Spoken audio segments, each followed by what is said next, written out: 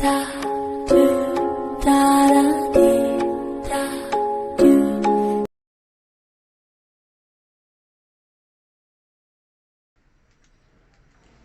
Hello friends, simple solution study के YouTube channel पर आपका स्वागत है। जैसा कि हम लोग इंग्लिश ग्रामर में केस पढ़ रहे थे, तो केस में एक टॉपिक बचा हुआ है जिसका नाम है पॉजेसिव केस। उसके बारे में हम लोग आज पढ़ने वाले हैं। अगर वीडियो समझ में आए, पसंद आए तो लाइक, शेयर और सब्सक्राइब करना ना भूलें। तो चलिए आज हम लोग पढ़ते हैं पॉसेसिव केस कहते किसको है। ठीक है, तो केस का ही एक हिस्सा है पॉसेसिव केस, जिसके बारे में हम लोग आज पढ़ने वाले हैं। तो केस में हम लोग क्या पढ़ रहे थे, इन्फ्लेक्शन ऑफ नाउन। तो हम लोग इन्फ्लेक्शन ऑफ नाउन के बारे में पहले ही चर्चा कर चुके हैं। अगर आप लोगों ने पीछे वीडियो नहीं देखा है तो उसको देखिए। प्लेलिस्ट में इंग्लिश फॉर ऑल करके प्लेलिस्ट में सारा वीडियो बना के मैंने रखा है यहाँ तक का। ठीक है, तो उसमें आपको इन्फ्लेक्शन ऑफ नाउन के बारे में भी समझ में आएगा। इन्फ्लेक्शन ऑफ नाउन कहने का सेंस होता है नाउन में अगर नंबर, जेंडर और केस के आधार पर जो बदलाव होता है उसको इन्फ्लेक्शन ऑफ नाउन कहा जाता है। तो जिसमें हम लोग नाउन के बारे में पढ़े थे, उसके टाइप्स के बारे में पढ़े थे। ठीक है, उसके बाद उसके नंबर के बारे में पढ़े थे, जिसमें सिंगुलर नंबर और प्लूरल नंबर बताए थे। बहुत सारे वर्ड का हमने सिंगुलर से प्लूरल लिख करके दिखाया था। फिर हम लोगों ने जेंडर के बारे में पढ़ा, फिर पर्सन के बारे में पढ़ा। उसके बाद नॉमिनेटिव केस और ऑब्जेक्टिव केस के बारे में भी पढ़ा।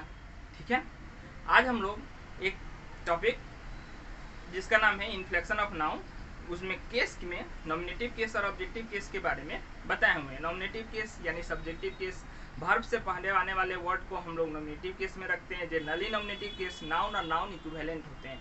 ऑब्जेक्टिव केस भी वही होता है कि नाउन और नाउन इक्विवेलेंट होता है, जो ऑब्जेक्ट के रूप में, यानी वर्ब के बाद अगर कोई वर्ड आता है तो उसको हम लोग ऑब्जेक्टिव केस कहते हैं। अब सब्जेक्ट, वर्ब, ऑब्जेक्ट किसको कहते हैं, इसके लिए आपको सेंटेंस का वीडियो देखना पड़ेगा, जिसको हमने बनाया है। सेंटेंस का वीडियो बहुत अच्छा से बताया है, उसको आप देखिएगा तो आपको समझ में आएगा। तो आज हम लोग बात करते हैं पॉसेसिव केस के बारे में। अगर इन्फ्लेक्शन ऑफ नाउन में पॉसेसिव केस को कहा जाए तो ये संबंध क्या होता है, संबंध, ठीक है, और अधिकार को दिखाता है, और अधिकार को दिखाता है, अधिकार को दिखाने के लिए यूज किया जाता है। जैसे अगर हम लोग बोलेंगे, बहुत सारा ऐसा वर्ड है जिसे संबंध और अधिकार को दिखाने के लिए पॉसेसिव केस में यूज करते हैं। तो पॉसेसिव केस में संबंध और अधिकार को दिखाने के लिए यूज करते हैं। तो संबंध और अधिकार कैसे दिखाते हैं, सो बात समझते हैं कि पॉसेसिव केस, यहाँ पे इसका अगर डिफिनेशन लिखना पड़ेगा तो लिखेंगे पॉसेसिव केस, पॉसेसिव केस है ना, सो रिलेशन, क्या, relation and possession, possession, possession, possession on objects. ठीक है, किस पे दिखाएगा, ऑब्जेक्ट कौन हो सकता है, तो ऑब्जेक्ट क्या हो सकता है, तो नाउन हो सकता है। ऑब्जेक्ट क्या हो सकता है, तो एक नाउन ऑब्जेक्ट हो सकता है।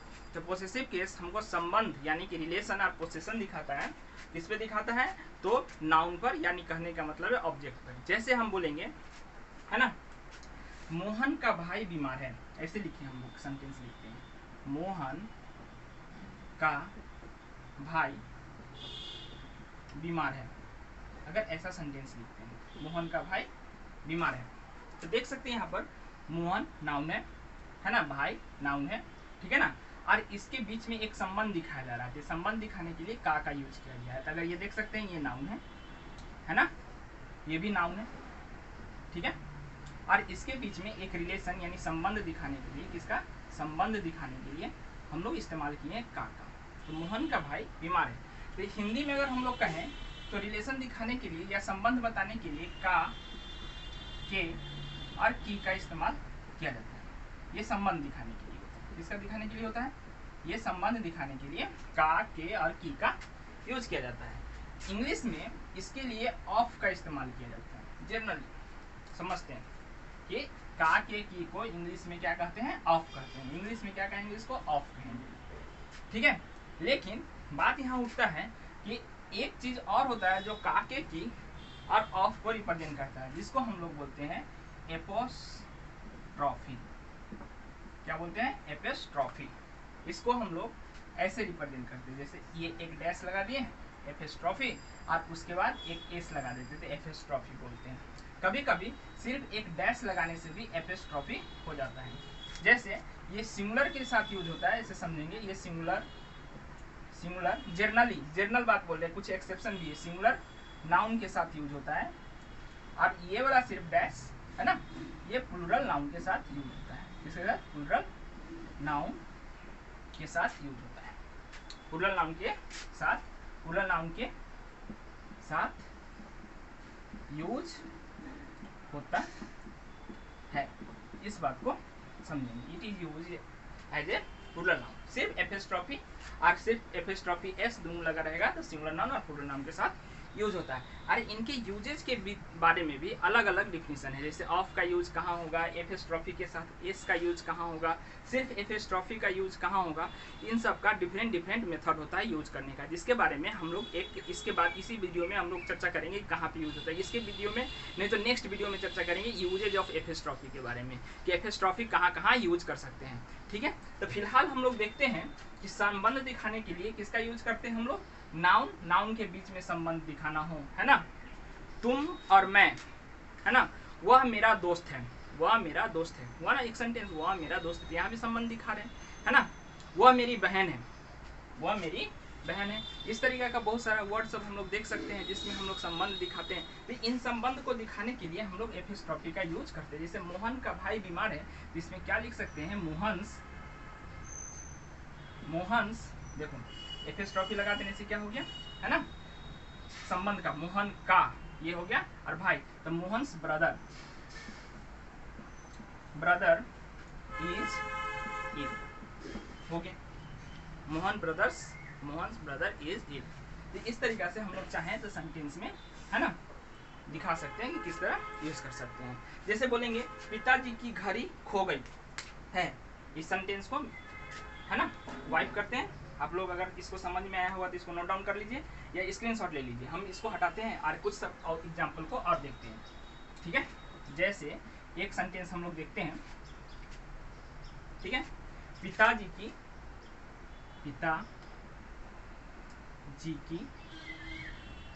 घड़ी खो गई है। ठीक है ना, पिताजी के लिए क्या होता है ना, की और घड़ी देख सकते हैं, ये नाउन है, समझ लेंगे, यहाँ नाउन है, ये भी नाउन है। ठीक है, और इन दोनों के बीच में ये क्या दिखा रहा है? ये दिखा रहा है रिलेशन। ये क्या दिखा रहा है? रिलेशन। ठीक है, रिलेशन, या फिर कह सकते हैं पिताजी की घड़ी, तो ये पोसेशन भी दिखा रहा है, पोसेशन, है ना, अधिकार हुआ ना, पोसेशन। या तो संबंध हो सकता है, संबंध पीछे वाला सेंटेंस में हम लोग देखे थे संबंध दिखाया था, और इस वाला संबंध सेंटेंस में देख रहे हैं तो अधिकार दिखा रहा है। क्या दिखा रहा है? अधिकार। पिताजी की घड़ी, तो पिताजी का घड़ी अधिकार हुआ ना। तो इस तरीके से देख सकते हैं संबंध और अधिकार दिखा रहा है। तो इस सेंटेंस को अगर सॉल्व करेंगे तो देखेंगे इसका सेंटेंस कैसे। पिताजी का क्या होगा?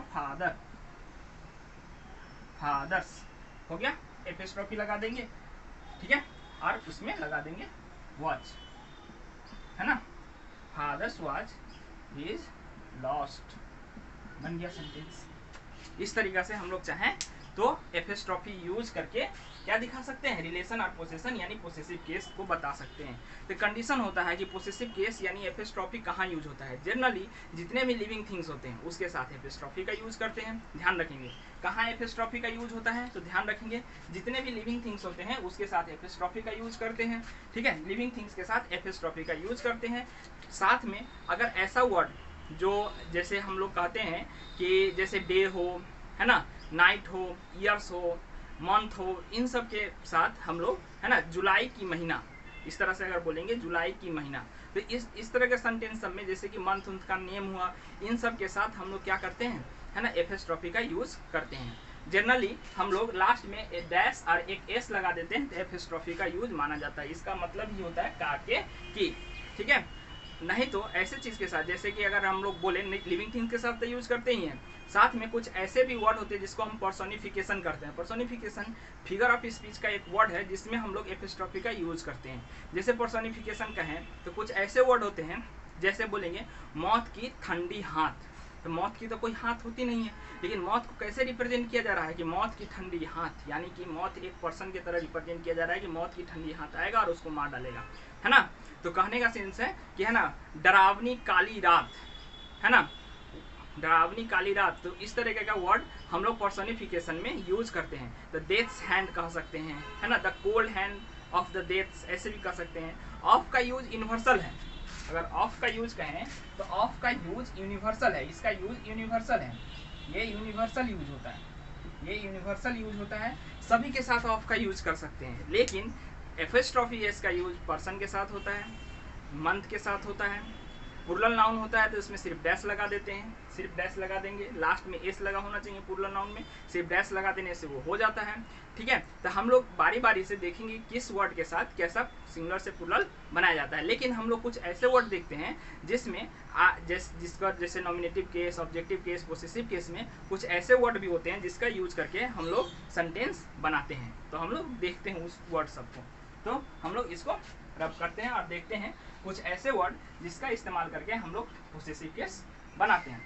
तो देखते हैं, यहाँ पर आप देख सकते हैं कि नाउन यानी इन्फ्लेक्शन ऑफ नाउन में केस 3 तरीका का होता है। पहला होता है नॉमिनेटिव केस, जिसके बारे में हम लोग पीछे वीडियो में बात कर चुके हैं। दूसरा होता है पोसेसिव केस, जिसके बारे में अभी बताया है कि इसका अधिकार और संबंध दिखाने के लिए काम होता है। और तीसरा केस होता है ऑब्जेक्टिव केस। तीसरा केस कौन सा होता है? ऑब्जेक्टिव केस, जिसका काम हम लोग देखें कि ऑब्जेक्ट जनरली वर्ब के बाद आता है। तो हम लोग देखते हैं कि कौन सा शब्द, ऐसे तो हम लोग पहचान चुके हैं कि नाउन नाउन के बीच में जैसे बोलेंगे मेरी बहन, ये संबंध है कि नहीं है, मेरी बहन। अगर हम लोग देखें इस जगह वर्ड का यूज करके, है ना, जैसे यहाँ पर एक वर्ड देखते हैं,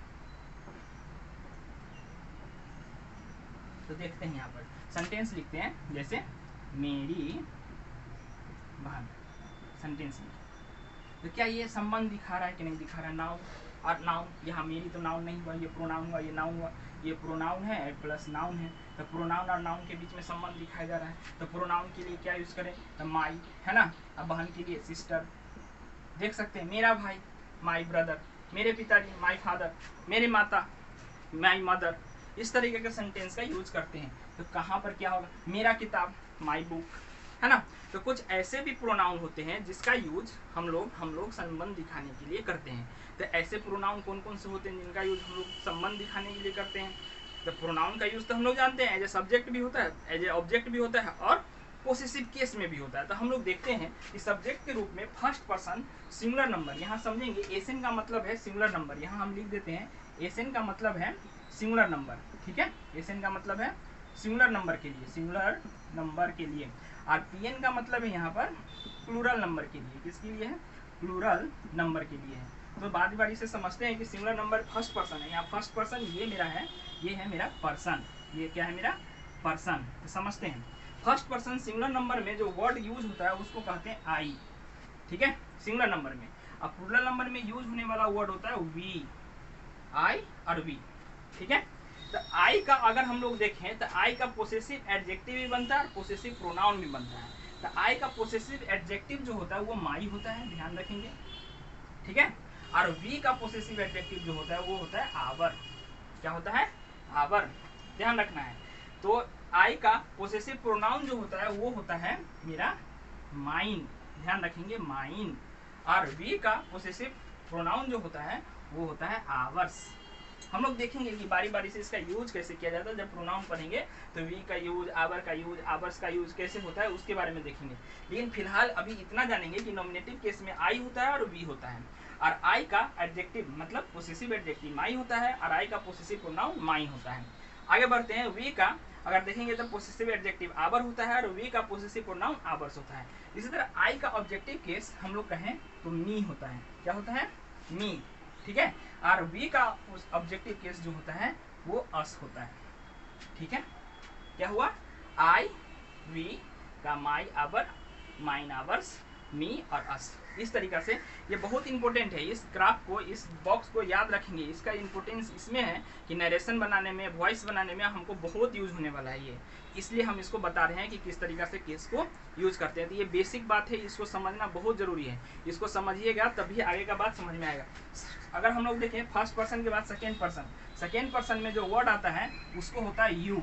यू मतलब तुम, और इसका प्लूरल भी होता है यू, मतलब तुम लोग। तुम और तुम लोग के लिए भी एक ही वर्ड यू का इस्तेमाल करते हैं। अगर यू का देखें एडजेक्टिव केस, तो इसका होता है एडजेक्टिव योर। क्या होता है? पोसेसिव एडजेक्टिव योर, ठीक है ना। और इसका पोसेसिव प्रोनाउन होता है योर्स। क्या होता है? योर्स। याद रखेंगे कि यू का पोसेसिव प्रोनाउन क्या होता है? योर्स होता है। इसका ऑब्जेक्टिव केस यू ही होता है, यू, ठीक है। और इसका भी प्लूरल नाउन में भी यू ही होता है, यू। क्या होता है? यू होता है। अगर हम लोग देखें इसका third person,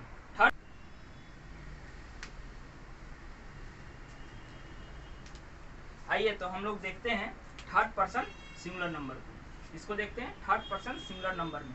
third person singular number में जो वर्ड आता है उसमें हम लोग लिखते हैं, क्या लिखते हैं? पहले लिखते हैं ही, ठीक है, फिर सी और फिर इट, ही, सी और इट, ठीक है। फर्स्ट पर्सन सिंगुलर नंबर में हम लोग लिखते हैं आई, ठीक है। प्लूरल नंबर में भी पोसेसिव एडजेक्टिव में आई के लिए माई यूज होता है, पोसेसिव प्रोनाउन में माइन यूज होता है, ध्यान रखेंगे। ऑब्जेक्टिव केस में आई का मी हो जाता है, ऑब्जेक्टिव केस में वी का अस हो जाता है, ठीक है। उसी तरह अगर पोसेसिव एडजेक्टिव वी का देखेंगे तो आवर होता है, पोसेसिव प्रोनाउन आवर्स होता है। यू का यू ही रहता है, सिंगुलर और प्लूरल। यू मतलब तुम भी और यू मतलब तुम लोग भी। यू का योर्स भी हो जाता है, ठीक है। योर पोसेसिव एडजेक्टिव और योर्स पोसेसिव प्रोनाउन हो जाता है। ऑब्जेक्टिव केस में यू यूज किया जाता है और प्लूरल नाउन के लिए हम लोग यू का यूज करते हैं।